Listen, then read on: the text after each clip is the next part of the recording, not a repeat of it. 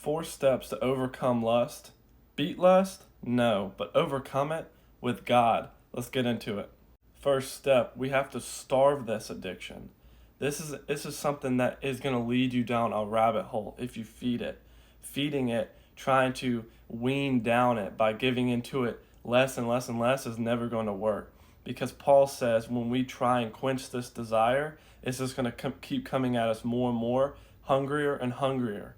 So what do? We have to starve it. We have to kill this root that's been planted inside of our hearts. All right? Lust is something that probably started at a young age for you. The world has normalized lust. So we have to get rid of this by stop scrolling. You have to put preventative measures. Colossians 3:5 says to put to death any things that can cause these issues. So what does that mean in the world? That means putting limitations on your device. Step 2, we must feed our faith directly towards God. James 4:7 says when we submit to God, the devil will flee from us. Look, lust knows its purpose.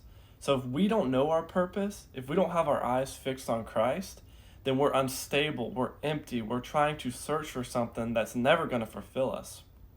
Because God is the only thing that quenches that fulfillment in our spirit. Step 3, start living. All right? When we don't have our eyes fixed on Christ, when we don't have a purpose in our life, we're wavering all over the place. When we have a purpose, we're steadfast. We know what we're doing, right? Lust knows what it's doing. It knows exactly what it wants to do to us. So we have to understand the strategies and the power of this temptation. We have to realize it, know that we are vulnerable, acknowledge it, and be accountable. Start taking accountability when you have these temptations.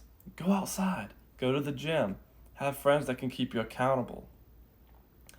1 Corinthians 10:13 says that God will never give us anything that is beyond our power to avoid. He will always give us a back door to run away. Lust, you cannot beat it head on. White knuckling it, you've already lost. Paul says if you try to get in the boxing ring with lust and beat it on yourself, you've already lost. You're always going to give into it. So he will always give us a back door. Remember that nothing is too overwhelming for us. God's got you. And 4, guard your eyes. Lust is only capable through what you see. So think about it. Whatever you're looking at, if you starve these, you put to death, like I said in Colossians 3:5, then you have no way for lust to come into your life. Putting to death these situations in your life is how you're going to guard your eyes. Guarding them. Say to wisdom, you are my sister. Say to insight, you are my relative. That's what Proverbs 7 tells us, to hold these and write them in the tablet of our heart.